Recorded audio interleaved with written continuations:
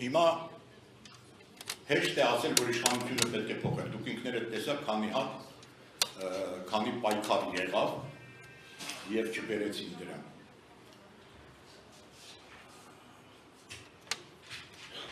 Ես նորից կրկնում եմ, որ երբ որ խոսքը գնում է մարդկանց մասին, որ արի այս մարդուն փոխենք և չեմ իմանում ում բերենք դնենք դրա տեղը, ժողովրդի համար էլ դա ոգևորիչ չի։ Դու պիտի ժողովրդին համոզես, որ կա մի ճանապարհ, որով այս պետությունը գնում է և այդ ճանապարհը տանում է դեպի անդունդ, և կա ճանապարհ, որով մենք կարող ենք փրկվել։ Եթե գալիս ես մեր ճանապարհով, եկեք միասին համախմբվենք։ Պետք է ստեղծվի համազգային ճակատ, որի խնդիրը Նիկոլին գցելը չի, որի խնդիրը այդ ճանապարհով գնալն է, Նիկոլի գցելը դա հետևանք է այդ ճանապարհից, որտեղ այդ ճանապարհը պահանջում է, որ իրան գցես։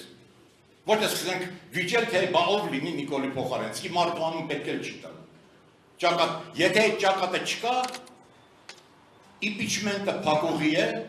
ընտրությունները փակուղի են։ Այն, որ առանց շարժման իմպիչմենտ չի կարա լինի, բոլորիս է հասկանալի։ Բայց գանքը դա ընտրությունների։ Այս ընտրությունները, որ պիտի լինեն 26 թվին, էապես տարբերվում են 21 թվի ընտրություններից ինչու։ 21 թվին կար շարժում, պատերազմից հետո մեծ վախ կար իշխանությունների մեջ, ժողովրդից, և այդ շարժումը իշխանություններին մտցրել էր բունկերում էին հիմնականում։ Եվ իրանք գտան փրկության միակ ձևը, դա ընտրություններ հայտարարելն էր։ Բայց եթե ընդդիմությունը չգայթակվեր, և ոչ թե ասել, մենք են գնում ընտրությունների ասել, որ մենք դեմ ենք ընտրությանը, մենք շարունակելու ենք այս պայքարը, լրիվ ուրիշ վիճակ ունենայինք մենք ստեղ։ Այնպես որ չասեն, որ դե ընտրություններ ուզած-չուզած գնացել ենք, չէ, այդ ընտրությունը առանց ընդդիմության, համաձայնության տեղի չէր ունենում։ Այս ընտրությունը ուրիշ է։ Այս ընտրությունը մենք ուզենք, չուզենք, այս ընտրությունը տեղի է ունենալ։ Ոմանք հիմա նայում եմ, ես հեռուստացույցով, մամուլով բան նայում եմ, հայտարարում են, որ մենք հիմա մեծ թիմ կկազմենք, մենք ենք որ կանք, կգնանք ու կհաղթենք։ Այդ մարդիկ ոնց որ թե վերջի 30 տարին Հայաստանում չեն ասում։ Այն միտքը, որ ես կարող եմ գնալ, շատ ձայն հավաքել, և իշխանությունը ստիպված կգնա, այսինքն կհաշվի ձայները, կասի վայ ներողություն ես գնացի, տենց բան կարող է լինել Հայաստանում։ Եթե տենց բան լինի, դա նշանակում է նրանք, ովքեր ենթադրում են այդպիսի բան, իրանց ենթադրության մեջ, ուրեմն Նիկոլը շատ ավելի բարոյական և բարձր մակարդակի մարդ է, քան նախորդ բոլոր իշխանությունները։ Բայց այդպես է։ Ուրեմն այդ ճանապարհը անիմաստ։ Ասում են, լավ, կգնանք շատ ձայն կհավաքենք, հետո կսարքենք 96 թիվ։ 96 թիվը դեղելա դուք շատ ձայն հավաքեք, էդ էլ է պրոբլեմ։ Հետո կարողացեք 96 թիվ ստանալ, հետո կարողացեք 96 թվից 96 պլյուս անել, իշխանություն վերցնել։ Դա էլ է պրոբլեմ։ Երբեմն օրինակ եմ բերում Գյումրիի օրինակը, որ տեսեք Գյումրիում, փաստորեն մենք 3 տարբեր շարասյունով գնացինք և կարողացանք գումարում ունենալ Գյումրու մեր ուզած, ոչ թե մեր ուզած, այլ համենայն դեպս ոչ իշխանական քաղաքապետ։ Ազգային ժողովի ընտրությունները դրան նման չեն լինում։ Դա ծուղակ է, Գյումրին ծուղակ է։ Ազգային ժողովի ընտրությունները իշխանությունների համար լինելու են կյանքի և մահի պայքար։ Եվ իրանք կանեն ամեն ինչ, այն ինչ որ չարեցին Գյումրիում։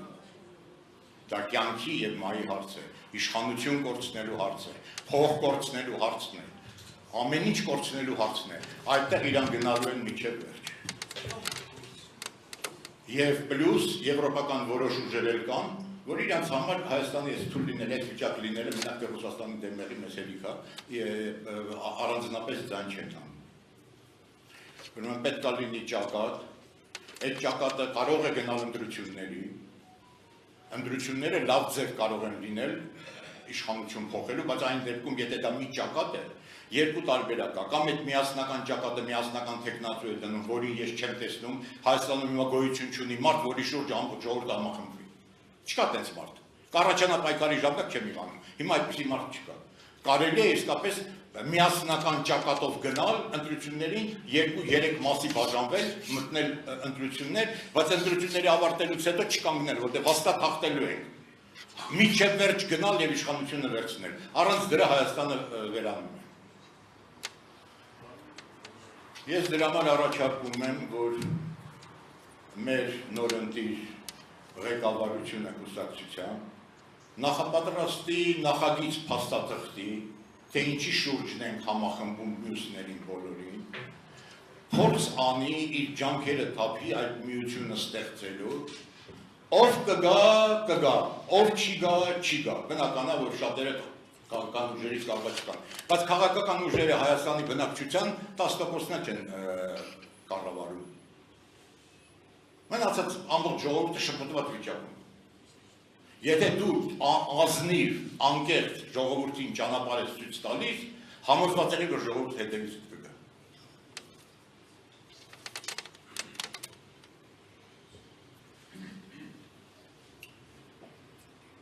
Ու մի բան էլ ասեմ, անձնական արդեն։ Ես շատ եմ ուզում, որ որպես մարդ, ես շատ եմ ուզում, որ իմ ընտանիքը, Հայաստանի բոլոր ընտանիքները բարեկեցիկ ապրեն,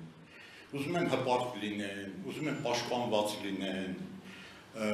եւ դա ոչ միայն հայրին է վերաբերում, մենք Հայաստանում ունենք հազարավոր եզդիներ, ռուսներ, ուկրաինացիներ, հրեաներ, որոնք որ մեր ուսի հետ մեր հետ են եղել առաջի Ղարաբաղյան պատերազմի ժամանակ, մեր հետ միասին կիսում են այս դարդն ու ցավը։ Ես ուզում եմ, որ բոլորը լավ ապրեն ու ես տեսնում եմ այդ ճանապարհը ոնց կարելի անել, բայց բացի դրանից ինձ մեջ ներսում ոսկորտում է նաև մի հատ ուրիշ գաղափար։ Ես տեսնում եմ ոնց մենք մի ժողովուրդ հին Բաբելոնից սկսած մինչև հիմա հազարամյակների ճանապարհորդության մեջ ենք, անցել ենք շատ մեծ ճանապարհ, այն ժողովուրդները, որոնց հետ մենք բարեկամություն էինք անում կամ կռվում էինք, արդեն չկան այդ ժողովուրդները, նրանց մեծ մասը վերացել է, մենք դեռ կանք։ Ու այդ ճանապարհորդությունը ես ուզում եմ, որ մեր թորները, մեր ծորների ծորները շարունակեն։ Հիմա այն պահան է, որ այդ նավակը կարող է խորտակվի։ Բացենք արագածները, գնանք առաջ եւ թույլ տանք այդ հազարամյակների ճանապարհը անցնենք ոչ միայն մենք,